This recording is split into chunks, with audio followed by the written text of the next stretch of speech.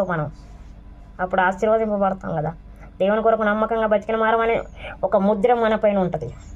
దేవుడు ఆశీర్వదిస్తాడుగా.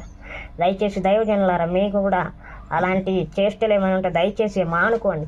ఇంకో విషయం ఏంటంటే, కృషిపాల్ లాంటి బ్రదర్స్ ఇంకెవరైనా అలాంటి వీడియోలు చేస్తూ ఉంటే దయచేసి మీ అందరికీ నా చేతులెత్తి చెప్తున్నాను, దయచేసి అలాంటి వీడియోలు పెట్టకండి. క్రైస్తవులైన మీరు దేవుని నామానికి అవమానం తీసుకురాకండి, దేవుని కోపాగ్నికి బలి కాకండి. ఎందుకంటే మనల్ని బట్టే దేవుని నామానికి అవమానం కలుగుతుంది కదండి. అలాంటి అవమానాలు మనం తేకూడదు. ఏదో వ్యూస్ కోసము, డబ్బులు వస్తాయి యూట్యూబ్లో, అందరు చూస్తారు, హైలైట్ అవుతా అని ఇలాంటి పిచ్చి పిచ్చి ప్రయత్నాలన్నీ చేస్తే